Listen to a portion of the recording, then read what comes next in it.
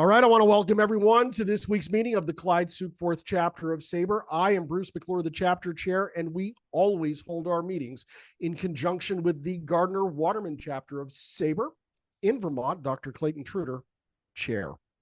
So got a few things to go over before we really get started. I want to talk to everybody about September 28th for just a moment.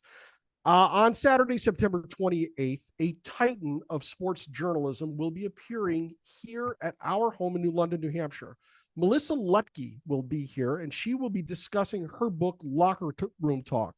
We're hoping that we're going to have a big crowd. We want to invite everyone to our home for this meeting. If you have any questions, please feel free to give me an email at bruce@brucemcclurenh.com at any time.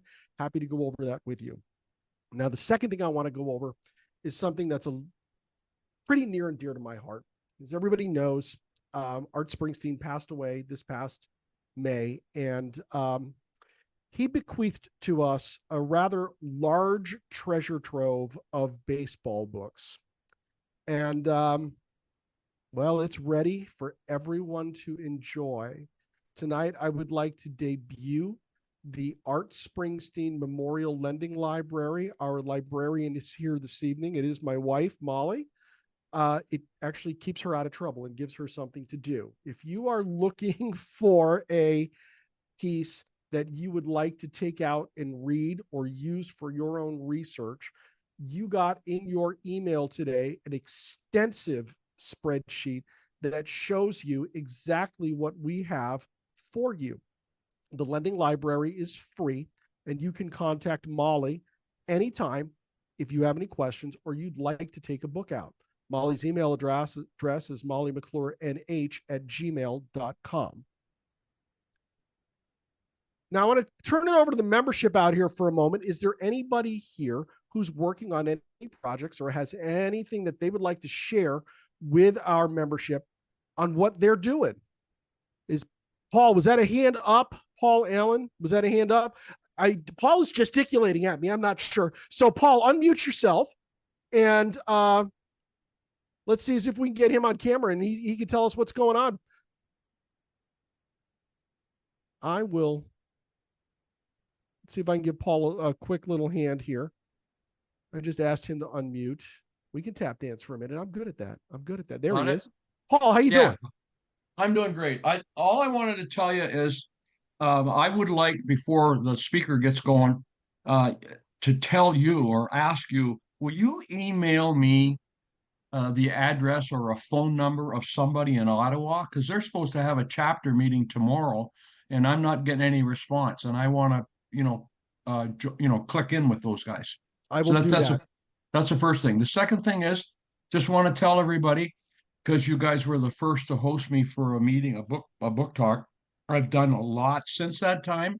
I was in Cooperstown and did a talk for the Cooperstown SABR meeting, and also got scheduled for one in Casey Stengel in New York City, but we had technical problems. I didn't have your wife to help us with that one, but that's going to be scheduled again. And everything's rolling along really well. So that's what I wanted to say. But thank you for, the original time to do the book talk. It really motivated me. I've enjoyed it. I haven't been able to attend all of your things, but I follow you guys in your schedules, all the things you're doing. And congratulations, Bruce, to you and your chapter. You guys are on fire, and I'm really glad I'm a part of it. Paul. Thank you for that. I just want to make sure that everybody knows that there is no truth to the rumor that Truder is starting, that I have stock in Brill Cream. I just want to get that out there. Anybody else? Ryan, you had your hand up. Are you good, or did you have something you'd like to share with us this evening as well? Ryan McClanahan, give me a thumbs up or down if you're good. Okay, hit your unmute yourself. Go. You are having a microphone malfunction right now, Ryan. We cannot hear you, so we're going to get back to you in just a little bit before the meeting ends. So what I want to do right now is talk about our featured guest. Johnny Mize was one of the greatest hitters in baseball's golden age of great hitters. Born and raised in tiny Demorest, Georgia, in the northeast Georgia mountains, Mize emerged from the heart of Dixie as a Bunyanesque slugger, a quiet but sharp-witted man from a broken home who became a professional player at 17, embarking on an extended tour of the expansive St. Louis Cardinals minor league system. Tabbed as a can't-miss Hall of Famer, then all but forgotten, Mize spent 28 years waiting for the call from Cooperstown before he was finally inducted in 1981, delighting fans with his straightforward commentary and sly sense of humor during a memorable induction speech. SABR member Jerry Grillo, author of Big Cat, The Life of Baseball Hall of Famer Johnny Mize, learned how to type on a manual Smith Corona and learned how to write while toiling for newspapers in Illinois, New York, Georgia, New York again, South Carolina, Georgia again, Pennsylvania, and Georgia again. That's a mouthful. Along the way, he won a bunch of writing awards from different press associations and realized his dream of being a country newspaper editor. He was an editor at Georgia Trend magazine for almost 15 years, winning a bunch of regional and national awards for stories about business, politics, the environment, sports, music. But the best part was he got to interview Jimmy Carter, John Lewis, and get this, Henry Aaron. Grillo has also worked as a freelance writer for a variety of other publications, including ESPN.com. These days, he works for the Georgia Institute of Technology, where he writes about science mostly. But when he's not working, he's obsessing over baseball minutia. And I'm exhausted after that. Jerry Grillo, welcome to Northern New England, my friend. How are you? I'm doing great, man. Hi, Northern New England. I miss Northern New England. I'm originally a New Yorker who used to drive a lot up into Northern New England with my wife-to-be. Look at that book. I know that book. I just want to get this out there before Jerry begins. I have a copy of Big Cat right here. Jerry holds the distinction of being the first author that we have had on to donate a copy of his book in Art's name to our lending library. Jerry, I want to thank you for this. We won't forget that. Thank you. I'm so glad to. When you told me about Art and about the library, completely honored and my pleasure and then some. Thank you so much, y'all, for having me. From way down here in Dixie to way up there in Yankee Land, which is, again, part of my home country, at least from the New York point of view. But you guys probably want to hear about Johnny Mize, and I put together a short sort of slide presentation to break the ice, if you will, and grease the skids. And, a couple of stories that were interesting to me. The whole thing was interesting to me, the whole process and the man's life and career. But these were some of the highlights that I found as a researcher as I was working on this. And that's mostly what these photos will reflect. So without too much further ado, while I figure out how to run this computer machine. He's doing fine. Let's see, slideshow, play from the start. So this is a blank slide, as you can see. But what I've called this is tracking the big cat. A few stories behind the stories. And what you have here is Johnny Mize's home called Diamond Acre. This was where he was born in Demorest in 1913, and then where he died in 1993. He moved back here after being away for many years and having his adventures as a baseball player and then as an orange grower years later. But this is where he became sort of a Mayberry-esque, figure in this small town. And this is Johnny. This is interesting. This is him as I think a basketball player or at least a PE student at Piedmont College. He's probably 15 or 16 in this photo. And he was already playing college sports. It was such a small town and a small school, they could get away with these things. And if you had a hulking teenager who could hit the ball 400 feet and make a jump shot, then you were on the team. And that's kind of what happened with Johnny. And here he is a couple of years later playing for the Elmira Ball Club in the famous Cardinals chain gang system that Bruce alluded to earlier. He was in the minor leagues for 6 years. And this Here he is about at the age of 19, I think. Now here's Johnny playing for the Rochester Red Wings, the AAA team for the Cardinals back in the day. And this is in the early 30s. Here he is slugging and as a member of the team, guys mugging probably during spring training. But then this is where it gets interesting to me anyway. One of the more interesting things about Mize's life that was little known, because Johnny just was not much of a talker, was the winter he spent in Puerto Rico and the Dominican Republic. It was a story that came to light when Mize was probably near the end of his life, and a historian asked him, who was the best player you ever saw? This was just something that sports writers and others didn't ask Johnny. And he said he thought about it for about a second and said it was a black man from Cuba named Martin Diego. And I played for his ball club in the Dominican Republic back, and Johnny's memory was messed up. And it was a short comment, but it really helped drive my interest as I was researching. Here's a picture of Diego, the legend. Many of you have heard of him. He was a superstar in his time. Was a great pitcher, dominant hitter, very much the Ohtani of his time. And here's Mize as a Red Wing. This would have been his age when he was playing with Diego. And then this next picture here is Mize wearing the Concordia uniform, which was the ball club that Martin was managing, that he recruited Mize to play with. He recruited him off of his barnstorming team from Richmond to play on this team that was actually based in Venezuela, owned by the son of a dictator in Venezuela, but was built out of superstars from the Negro Leagues and Latin America, and at least two white ball players from the major leagues, and that would have been Johnny Mize and his teammate who's Jimmy Jordan, who's a utility infielder for the Brooklyn Dodgers.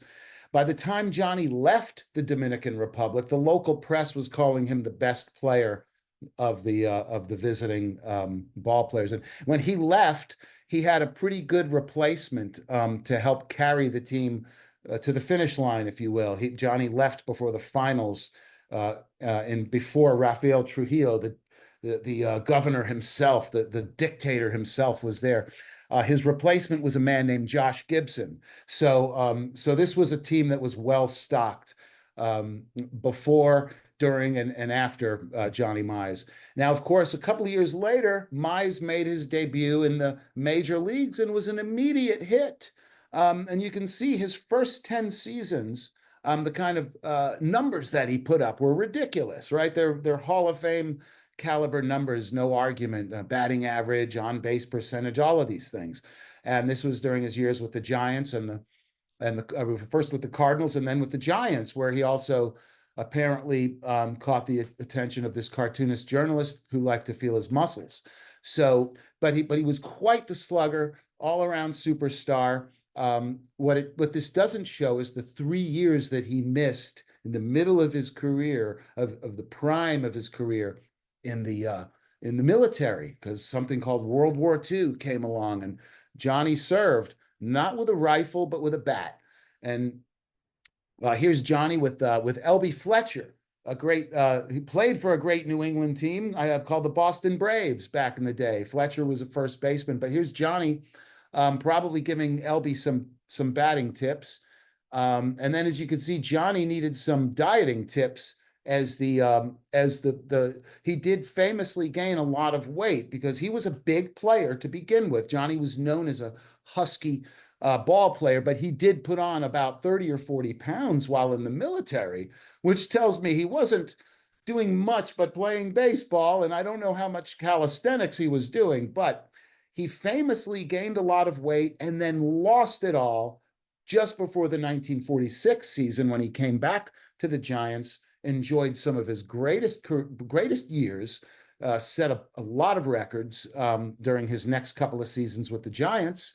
And then, of course, spent the end of his career with the Yankees. And what interested me about this is, look at Mize's numbers are way down. Of course, he was a part-time player, an older player by baseball terms, and from 35 to 40 here. And and he was a part-time player, a pinch hitter, a role player, which was the Yankees were famous for employing these kinds of ball players in those years, Casey's first years. And look at how many pennants and World Series he won. So all those years Johnny had when he was one of the best hitters in the world, he didn't have a single pennant to his name. His last 5 years as a part-time role player, he's got 5 World Series. So I think he was very happy with the way he ended his career.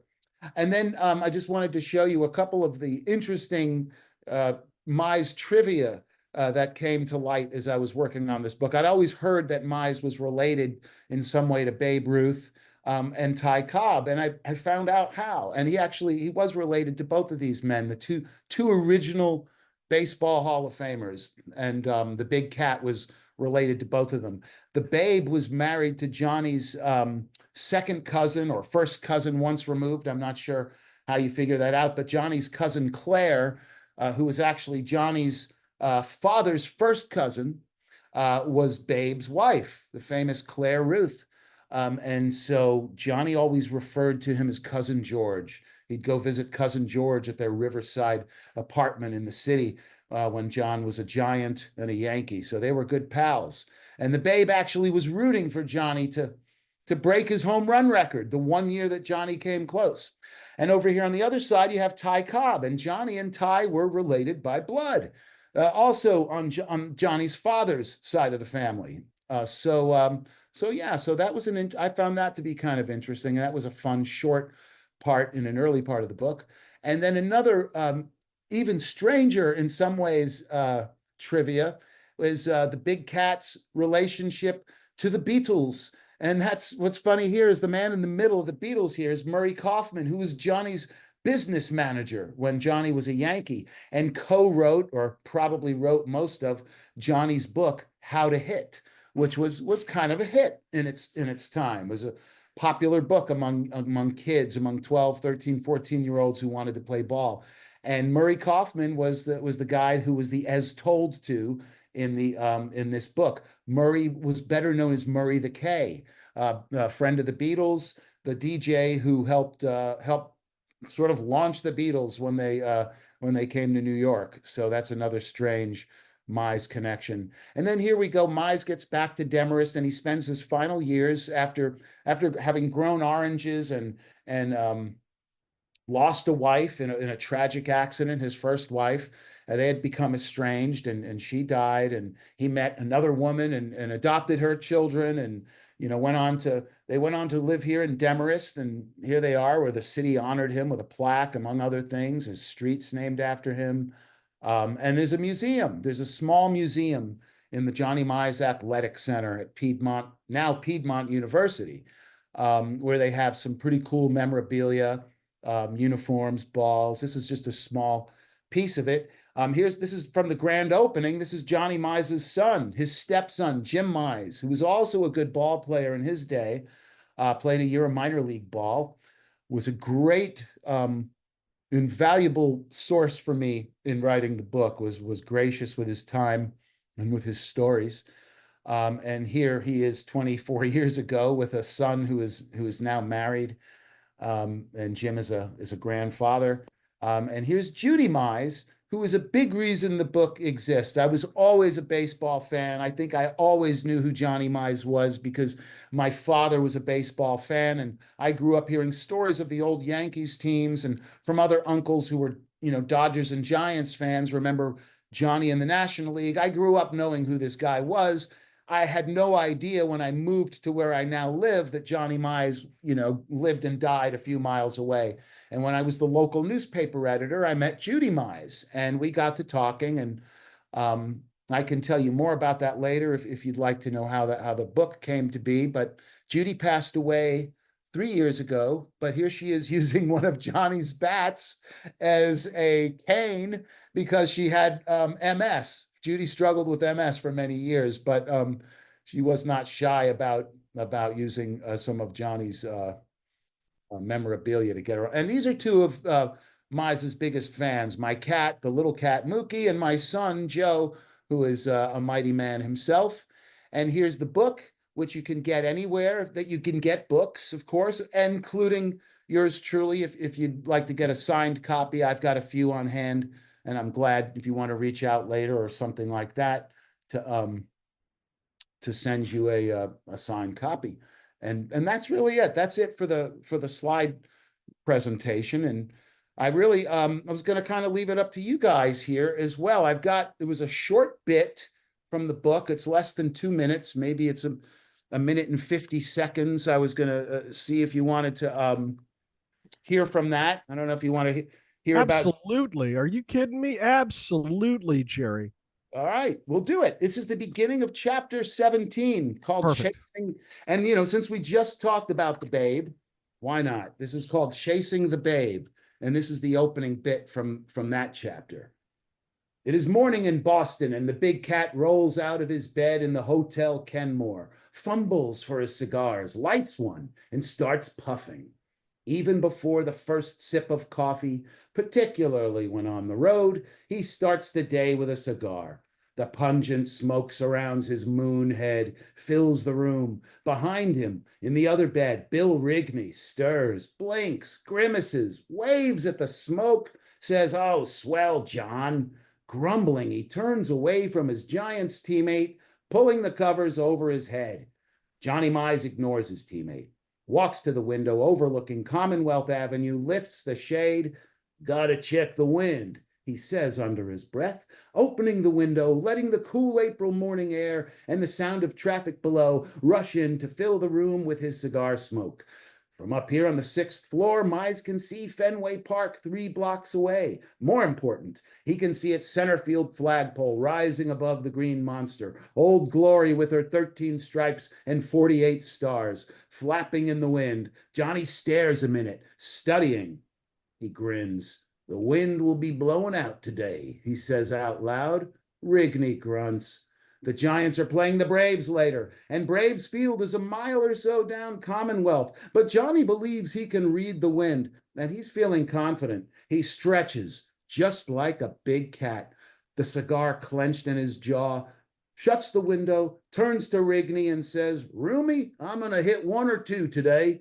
Then Johnny grabs the morning paper from out in the hall to read the box scores and find out what Musial did yesterday.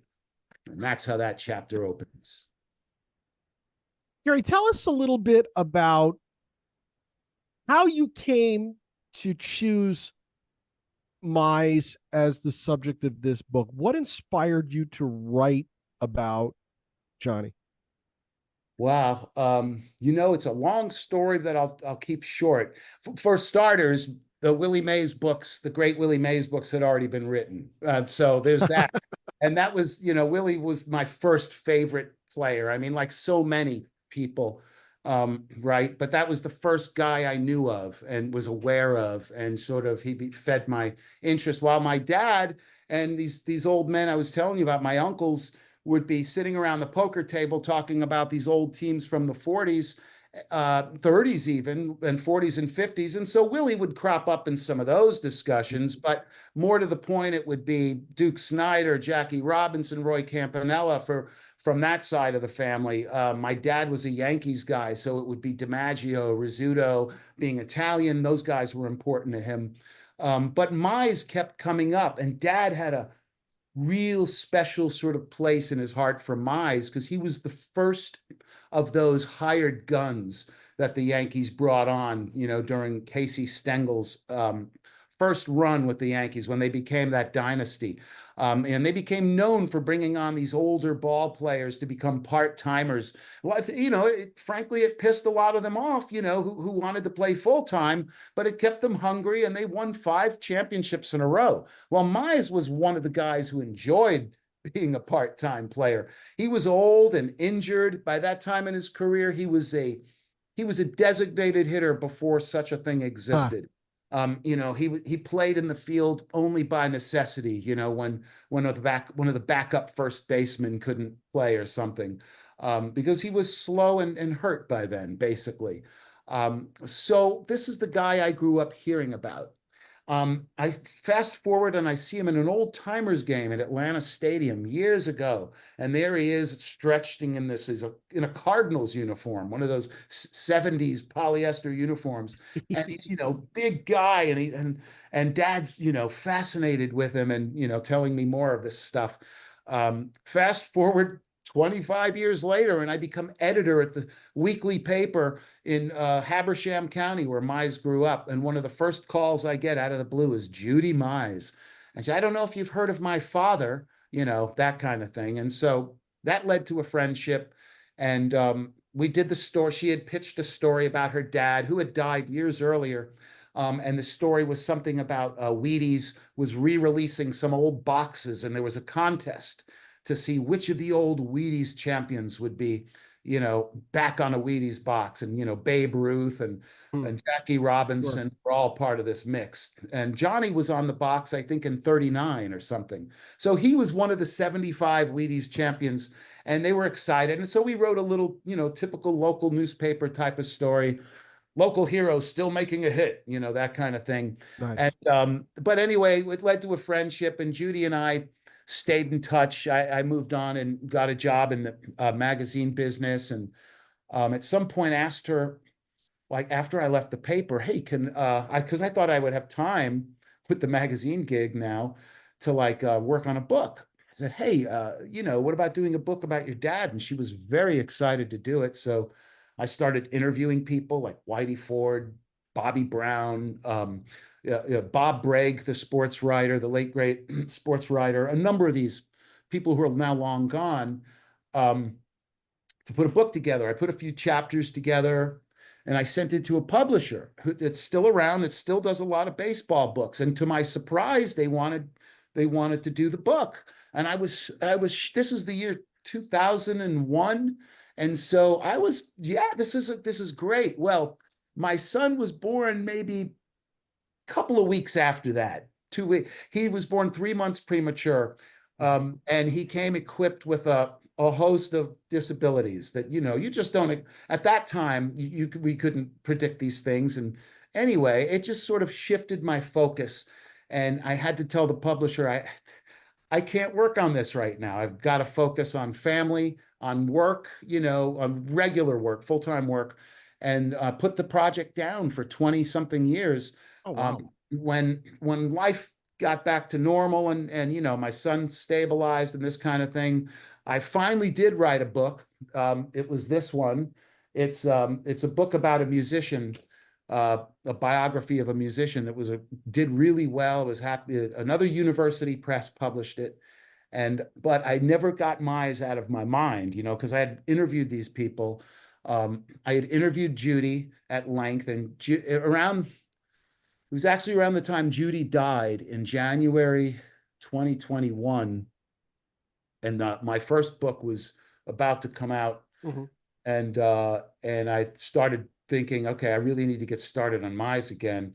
And especially with Judy having died, that was like, I can't have wasted her time. I can't have wasted Whitey Ford's time, that kind of thing. And it was sort of like, plus it was a great story. And since the 20-something years ago, Bruce and friends, I learned a whole ton more about this guy. And thanks to the magic of the interwebs, even though I cannot travel as much as I'd like to, my family situation still keeps me close to home. I'm able to go into university databases, newspaper databases, all of the same things that we all have access to, and discover some amazing treasures, right? Like including the thing about Mize and his adventures in the Caribbean. Again, it was stuff that came to light that Judy and Jim, his children, didn't know, so all of this stuff.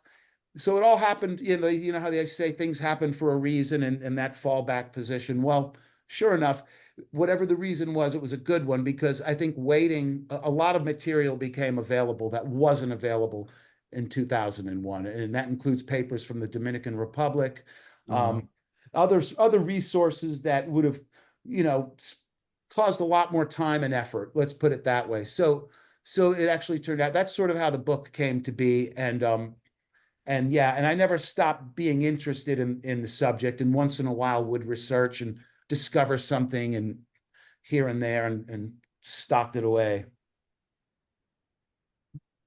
That sounds like that's a long journey for a book. And I'm It not a really, writer, and I know that's a long journey for a book. If you have a question for Jerry Grillo tonight, go down to the bottom of the screen and hit the react button. You will see another button that says raise hand. That's what you do. You click that raise hand button. We'll get you in line to ask questions of our author this evening, Jerry Grillo, and his book, Big Cat, The Life of Baseball Hall of Famer Johnny Mize. Andy Heckroth, you had clicked that button first. I'm going to you. Unmute, and you're on, man. All right, there we go. All right. Hey, thank you, Bruce, and thank you, Jerry. I'm just curious, as a St. Louis Cardinals fan who's very interested in Johnny Mize's career, and I apologize in advance, I have not read the book. What was the big reason why Johnny Mize left the St. Louis Cardinals? And I apologize, I should have researched that before this meeting, but I'm just curious, what was the big reason why Johnny Mize left the St. Louis Cardinals because he was a good player for them? it was, it goes back to the oldest reason in the world, money. Mize was never shy about holding out, first of all, and he held out most years with the Cardinals. Of course, Branch Rickey was also known for being Rickey and owner Sam Braden were renowned for being sort of tight with the dollar, right? And so Mize wasn't shy about, say, holding out, including, after his first year. And so I think they got tired of that. And Branch Rickey also, being he's not one of baseball's only true geniuses for nothing, right? So one of the things he did was he would make a little money whenever he sold a guy. He made 10% on a sale of a player. And so if he could sell a player who was still at sort of top value, he was going to make a little more money on the deal. And so this really does come down to money more than anything else. Because Mize went on to have some great years. And if you look at some of the things that people like Stan Musial said for years, they regretted that. Because as great as the Cardinals were after Mize left, and they were great, Musial contends that we would have won 5 more pennants with him. So imagine what that would have done to baseball history. We might have been saying Casey who, So, right? But anyway, that's my reason why he left the Cardinals. Thank you, Jerry. Let's go to Gardner Waterman chapter chair Clayton Truder. Clayton, how you doing, man? I haven't seen you in way too long. Oh, doing very well. Thanks for having me tonight. Jerry, congratulations again on the book. I love that you read a section from the book. It shows off what a great prose stylist you are, and also the fantastic attention to detail you have. Mm-hmm. My question is more about just the process of doing the book.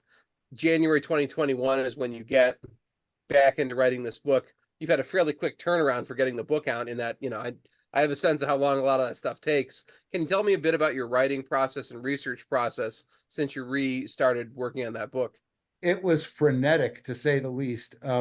What happened was, like I'd said, I'd already written a couple of chapters 20 years earlier. Now I basically scrapped those. I don't even know that I had worthwhile. All I had left were interviews, typed interviews from the handful of people that I mentioned. But I had gathered some research in the years since then, even when I was working on my first book in, say a Wild Hair, Thank You Baseball Reference, and this kind of thing. When things like when websites like this became available, and things like newspapers.com became available, and Ancestry, every once in a while I would go and check something, and that would charge my interest a little bit. And a lot of that stuff wound up. So from that point, say from January 21 to trying to remember when I turned in the manuscript, would have been May 23. And so it was published in April 24. And that was a fairly fast turnaround for a publisher, right? So in that 2 years there, it was a frenetic pace of also adding a lot of research. And Clayton, I don't know if you've ever done this. I got to the point where I thought, okay, this is enough to really get started with. And I started writing, but then continued researching while writing. So there would be things that would, because I started with an outline that, and I try to stick with an outline, but I also keep an open mind that there may be things while I'm writing that will occur to me that will demand a little more research and might even lead to other directions and other discoveries, accidental things. I mean, that's not the best way. I know it's not the best way because there are things that have happened. I realize this too. When I'm done, I need to be done. And yeah, I don't know if you've experienced this, any of you all who write too, but since then, other things have come to light that I'm like, why didn't I include that in the book?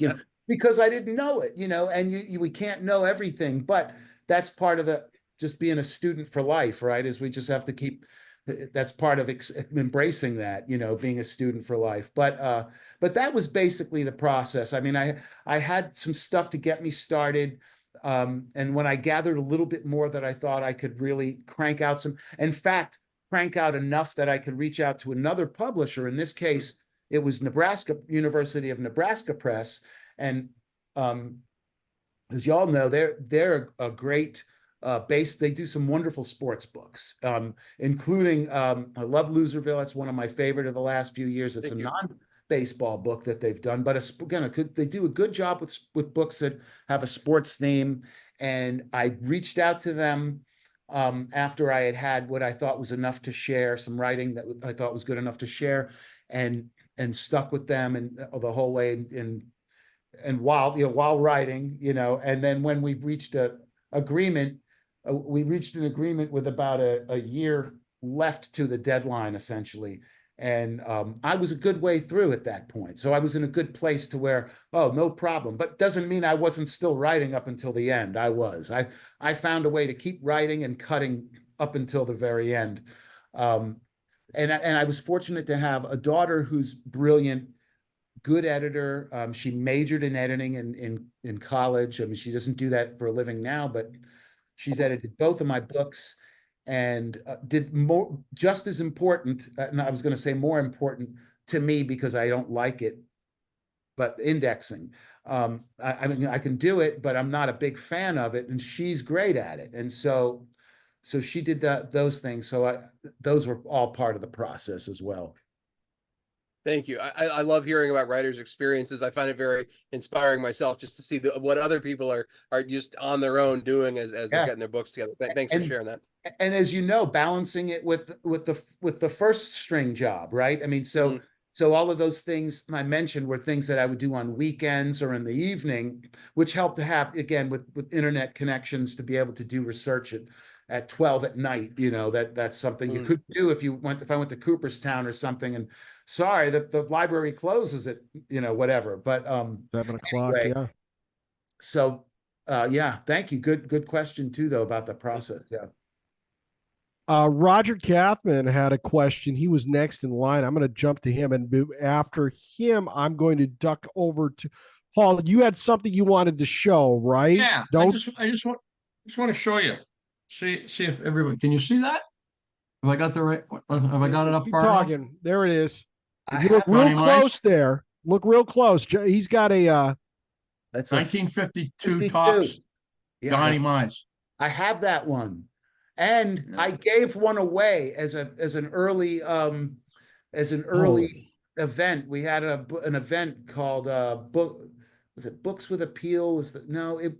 Anyway, it was an author's gathering in Atlanta, in one of the Atlanta suburbs, a restaurant, and we were asked if we wanted to bring something for raffle, and that's what I brought. That's awesome. That's awesome. a great card, man. I got another one. I didn't want to give my only one away, so I got two of them. Yeah, it's pretty cool because I lived in southwestern Ontario. We were always Detroit Tiger fans. So as a kid, you got to remember, I'd be 10 years old then.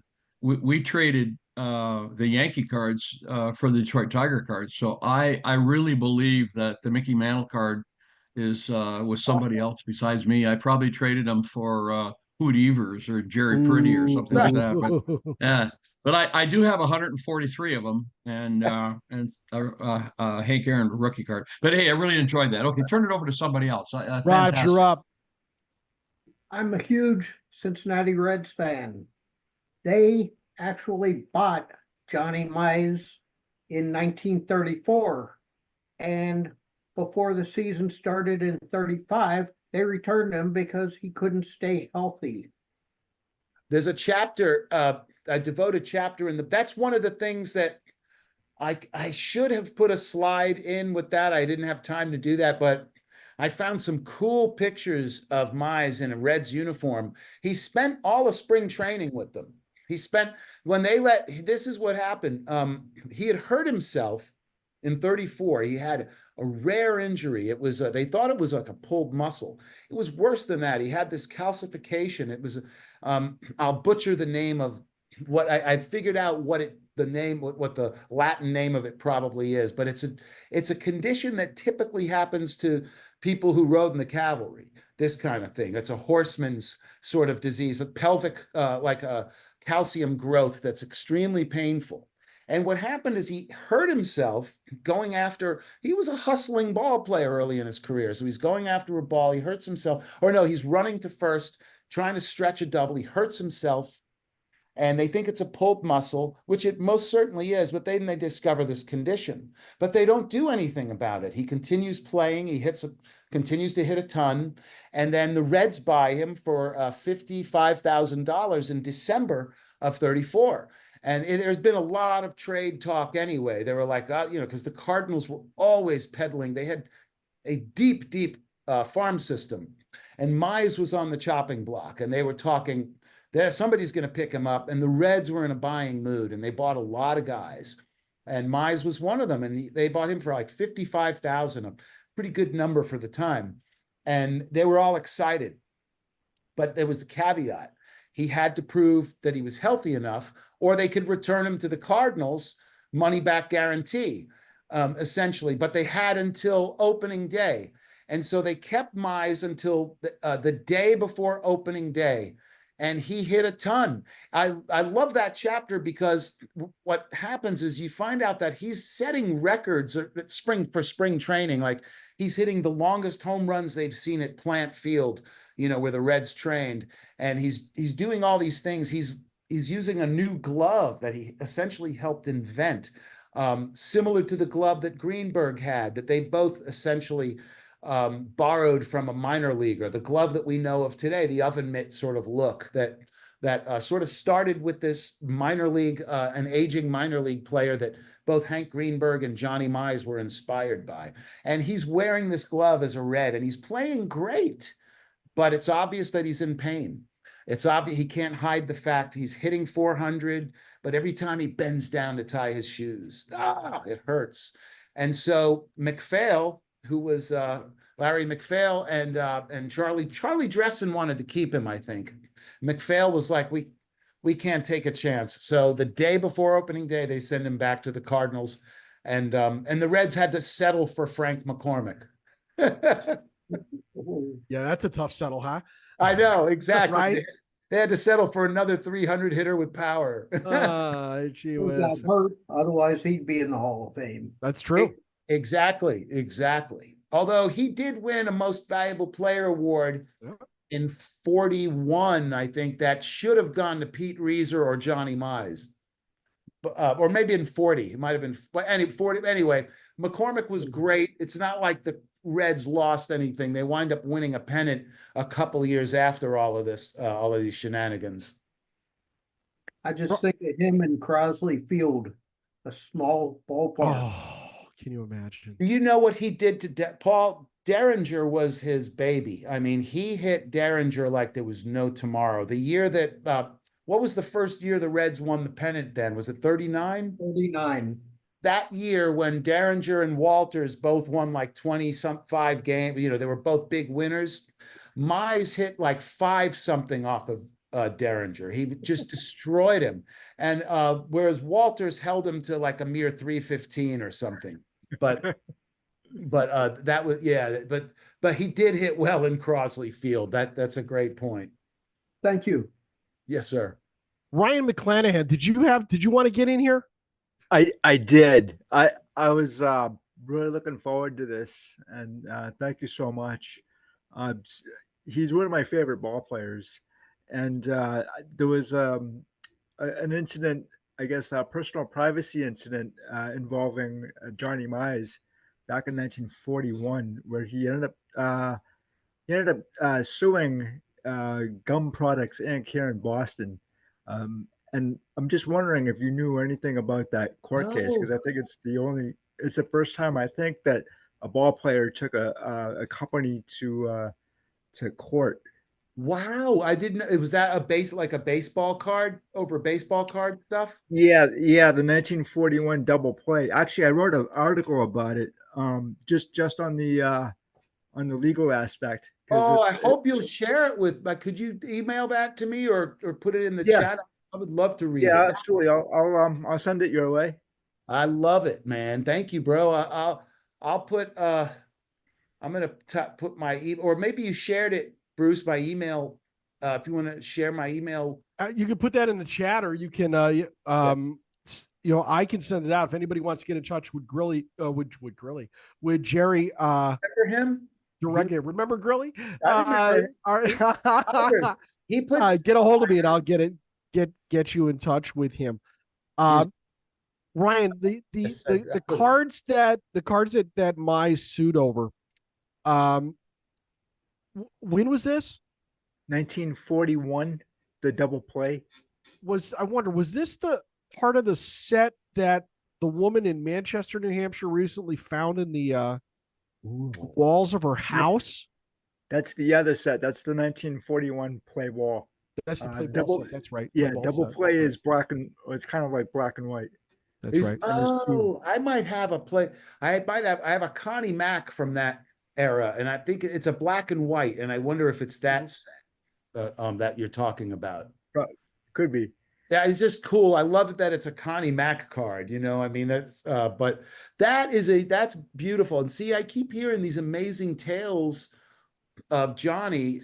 I'd like it to do a second edition with all these stories. And then, there's stuff that I cut out that have that's come to bother me. Little scenes that I cut that for space that I wish I had kept, as I was saying before with Clayton, that, boy, you can keep knocking yourself silly about the stuff you cut, about the choices you make. But that is a very cool story. I didn't know, but I could see that happening because Mize was I wasn't going to, not so much litigious as he was money conscious, because he came from poverty, for one thing, and he always felt that he was taken advantage of, being signed at 17, and he said years later, I should have held out. I might have got, signed by the Indians if I had waited another year for a lot more money, that kind of thing.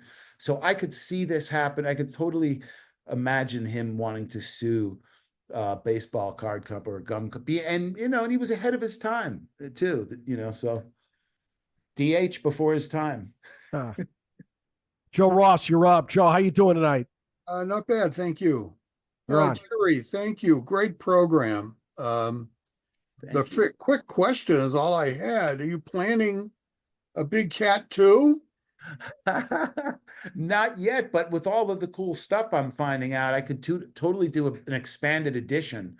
I build upon what's already there. Because there's all this cool stuff. I might have mentioned this to Bruce earlier. This is a true story that came about totally again by accident. I found out there was a group in Kingston, New York. Yes. So about halfway between New York City and Cooperstown, almost on the way.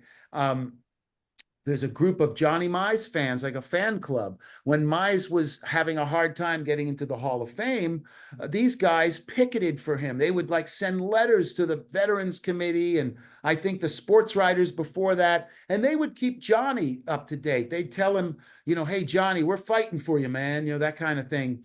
And he was kind to them. He would write to them and thank you for your support. And when he had his induction at the Hall of Fame, he invited them to come, be there as this group of guys from Kingston, New York, to come be his guests, along with his friends from Demorest, Georgia. So it's just interesting, the stories that are emerging once you open a Pandora's box about an interesting person or interesting life. What is the one story that you had to cut that you wish you'd have kept in the book? You know, Ah. there are two short ones I'll give you, because I've been perseverating about them lately. The one is, and I kept the story in it, but I feel like, excuse me, I made the wrong choice in how I cut some of the heart out of it that explained a little bit more. It's a scene where Mize is having a terrible slump. He's hitting like 260 at the All-Star break. It's at the late 30s, and they've benched him. Frank Frisch has benched him, and think about your crappy play. And he's got some bum in there playing for him. And the only time he plays is he gets to come in pinch hit once in a while, and he comes out and he pinch hits. And he gets a double, like a great, but the Cardinals are playing like crap for the 3 weeks that he's benched. He's benched for like 2 or 3 weeks, at least 18 games. And so all this to say, he's depressed. He hit a double, but they still lost the game with him stranded on second. And he's driving home and he's sitting at a light during it's rush hour traffic because, it's after a day game in St. Louis. And this guy pulls up beside him and rolls down the window and says, hey, hey, John. He says, great hit today. I'll bet you'll be back in the starting lineup tomorrow. And I just love that. I don't know why I cut that scene. I kept most of the fact that, that he worked his way back into but there's a little more to it than that. And embellishing on it like I did with that Boston scene I read. And the other, and I mean embellishment based on stuff that happened and it's reported on. But the other one was a small thing, but it illustrated how powerful Branch Rickey was in all of baseball. And it takes place when Mize was in Elmira. And at that time, the Depression was in full swing, like 1932. And ball clubs, especially the minor leagues, were disappearing. And they're cutting salaries, like an entire month's salary for a whole ball club was like $2,000 or $2,500 for 15 guys. It was terrible. It started out like it was low to start with, but Rickey would go to the towns where his team so he goes to Elmira and he has a Kiwanis meeting or whatever the city, and he says, if we want to keep a ball club in Elmira, we need to lower these salaries. So they basically lower them from like 3,500 to 2,000, for that year. But I cut some of that stuff out because a lot of it just didn't necessarily push Mize's story. I could allude to it without getting into the weeds, but I loved some of it. Some of it there was some neat minor league stuff that I really liked, but if you all know who Donald Honig, the writer, I'd sent him a couple of early stuff, and his advice was, he says, cut some of the minutia stuff, and I'm like, I trust the guy, some of it I did, some of it I kept, but some of it I totally did. I did need to keep some of it, but I wanted to get somebody's opinion on that. And anyway, so those were two that kind of bugged me. This is SABR. We love minutia. I know. This is the thing, what we do. And Don writes novels as well as, he's retired now, but wrote novels as well as baseball books. So he can write all of the things. I mean, really, come on. Ian Braun, I haven't seen you in way too long, my friend. How you doing? Good to see you, Bruce. Good to see you, my friend. You're up. Thank you, Jerry. Thank you so much. I've always been interested in Johnny Mize, just a ball player. One of the things that interests me is the amount of time it took him to be selected into the Hall of Fame, and I think he has a good argument.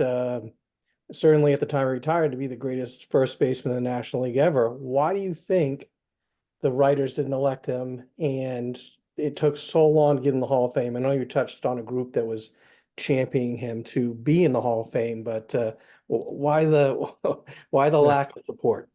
That's the $1 million question. I think there are a few reasons.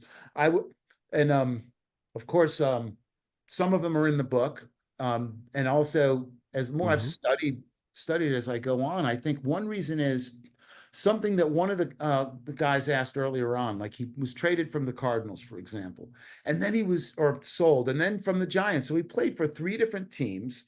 So it's not like he had a career where, you know, oh, Mize spent 14 years with the Cardinals and did all these things, and right. So it was 5, 6 years, 5, 6 years, 5. So I think that was part of it. The fact that each city, say, for example, set of writers, the guys in St. Louis will be like, well, he was only here for 5 or 6 years, and that's not enough for me to really base it on. And same with New York and the people who covered. That's part of it, I think. Another part of it is probably personality. Mize he could be famously gruff or misunderstood, because based on some of the writers I've talked to who knew him, he wasn't as much gruff as he would, you know, he would come across as that way. If they got to talking about baseball, he loved to talk about it. You know, he was a real, he was a scientist about it. You know, he'll talk hitting all day. But there was a sense that he wasn't as popular with the press. He just wasn't. So there's a popularity. And then there are the rules that occurred, excuse me, that didn't help him. For example, when he retired in 53, the rule was that a player was eligible the next year. It changed the next year to the 5-year rule that we know now, which I'm not sure if the 5-year rule was in place for a while before then. It might have been, but for a while it was basically no waiting list. There were even columns that writers would say, well, Mize is going to be on my ballot next year, you know, in 53 when he announced his retirement. Well, then they changed it to 5 years. Well, when his 5-year waiting period was up, the rule had been changed to every other year for induction. So then he kind of had that going against him. So he kept slipping between the cracks. And it also happened, I would also suggest anybody who hasn't read it yet, Joe Posnanski's Baseball 100, terrific book. Great book. Great book, has a great chapter on Mize in it, which, you know, I used for my book as a resource. I told Joe I was, and actually used to work with Joe many years ago. But he got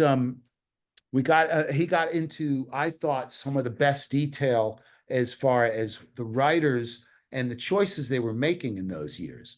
And they were making some, what they basically were doing was not making any choices. They were essentially acting as a sort of, you know, a barrier.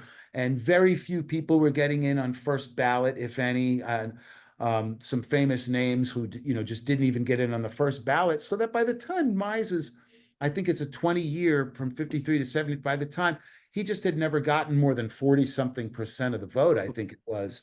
And then after his 5-year wait, or whatever it was, I think he made it in the 2nd or 3rd year of the veterans voting. But so a 28-year wait, which I think is one of the more ridiculous ones, not the worst. The worst is Archie Vaughan, and I think Posnanski makes a good case for that as well. Archie Vaughan waiting was ridiculous. That how that guy slipped through the cracks, I don't know. You make all kind of excuses for all these guys that why they didn't make it. You know, Mize was. Some of the guys said he wasn't much of a fielder, but if you look at his numbers from his first, 7, 8, 9 years, they were pretty good. He was up among the best in the league. Some of the guys who's older guys at the time, memories failed them, frankly. They said he didn't hustle. He led the league in triples one year. He stole home. He led the league in doubles one year. He scored runs like a Maury Wills type. He was certainly not a Maury Wills type, but the man hustled. And so I just feel like by the time the voters came, the last but not least in a good on that good question is that his last 5 years was as a Yankee, and he was a part-time player, a pinch hitter. Nobody elects pinch hitters into the Hall of Fame. So the lasting memory for many of the writers, especially maybe some of the younger and middle-aged guys, were, I remember him. He was a Yankee. He sat on the bench and would play every third game as a pinch hitter. So I think there were a number of reasons why Mize slipped through the cracks. I don't know why Archie Vaughan slipped through the cracks. Mysteries of the balloting. Alex stays in the chat, has a great comment about similarity scores between Johnny Mize and several players: Dick Allen, Lance Berkman, Paul Goldschmidt, 3 of the examples he gives. I'm going to go to our chapter librarian, Molly. You're up. Jerry, I just wanted to say thank you for coming tonight and sharing your beautiful book with us. And I'm looking forward to officially putting it in the library catalog tomorrow. Nice. It's been up in his office waiting for this meeting, so it goes in the catalog Right here. tomorrow. Right here. I got it. It's right here. Yay. Nice. I'm so glad. Thank you guys for having me here. I appreciate this. It really has been lovely to have you, so thank you for coming. I Joe love it. Ross. Two quick things, Jerry. I got to tell you, if I were editing and writing your book or publishing your book, there is no way I would have let you not put in that story you told at the beginning about the guy pulling up next to him on the street I know. at the streetlight. That absolutely would have been in that book if I were publishing it. You know, I blame myself because in my frenzy to finish the manuscript and to cut words, you know, I was cutting all the stuff that, so unfortunately, some stuff wound up, it was like using a lawnmower to do a haircut, you know, and just bad choice of tools.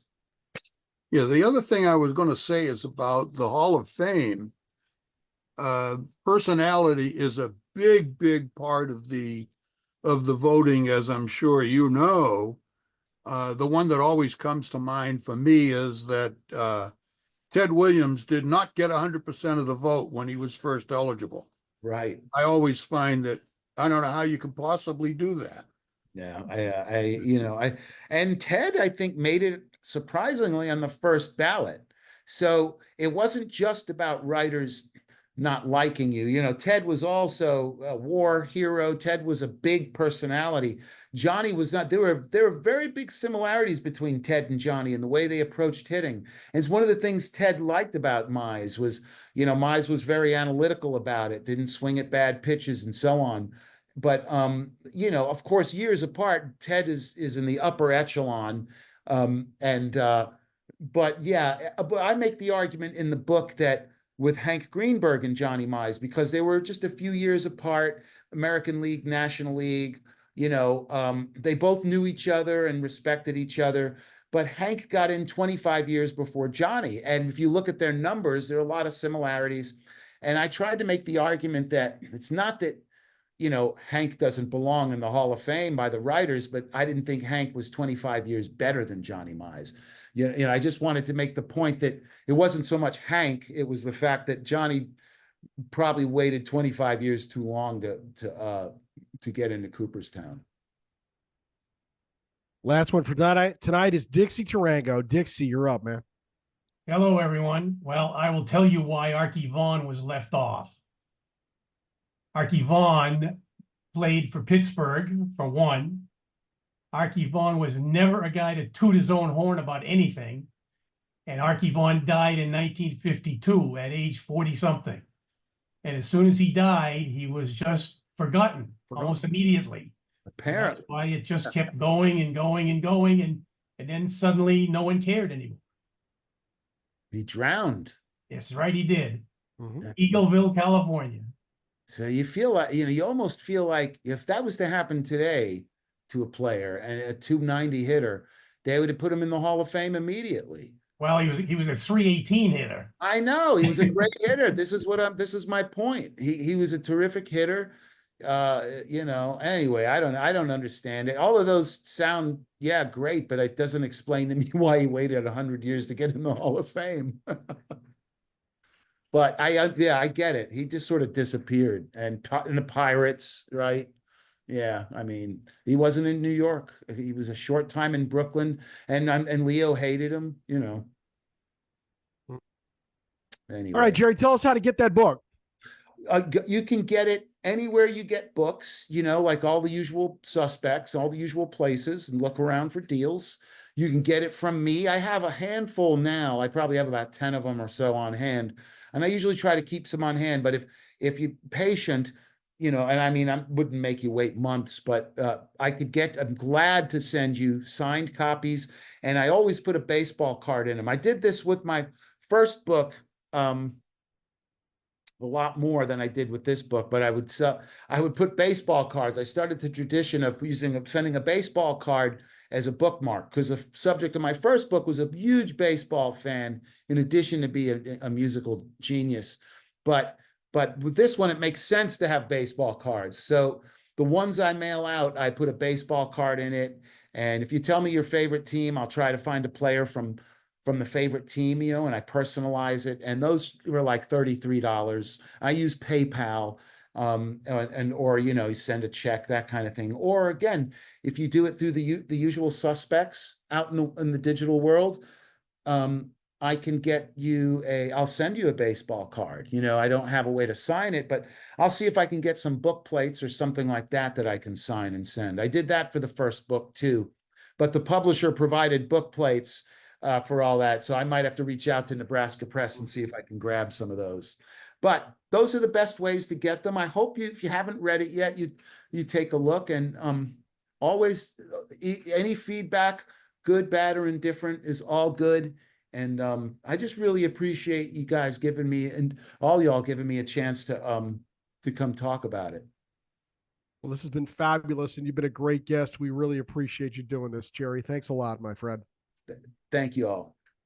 So, all right, let's talk about next week here for just a minute. We're going to have two big meetings planned for next week. First up, on Monday, August 26th, fellow SABR member Mark Jacob joins us to give us his Malloy Conference presentation on Jake Powell, the first major leaguer to be disciplined for a racist statement or action in 1938. And Wednesday, August 28th, the new East Coast Cooperative, made up of 6 Northeast chapters, will bring you another fellow SABR member, Matthew Prigge, and his SABR 52 presentation, The Baseball Card 300 Hitter, an Endangered Species. Each meeting begins at 7 p.m. Eastern and is in the new meeting booklet sent out in the Monday message. So sign up today and don't miss those meetings. And finally, if you're watching this on YouTube and you like what we're doing, please like and subscribe to our channel to be alerted to each of our uploads. And if you're a baseball fan watching this and you're not already, you need to join SABR, the Society for American Baseball Research, the premier baseball community, offering an amazing buffet of options to explore your fandom. SABR boasts more than 35 different research communities and over 80 regional chapters and innumerable opportunities to connect with baseball minds across the world, like all these guys here this evening. For more information, go to sabr.org/join today. Jerry Grillo, you're awesome. I appreciate you. You're getting a round of applause and some thumbs up from a lot of heavy hitters here. Thank you, guys. Thank you very much. Thank you. All right. We're going to get everybody out of here. We're going to see you next Monday and next Wednesday. Have a good night, everybody.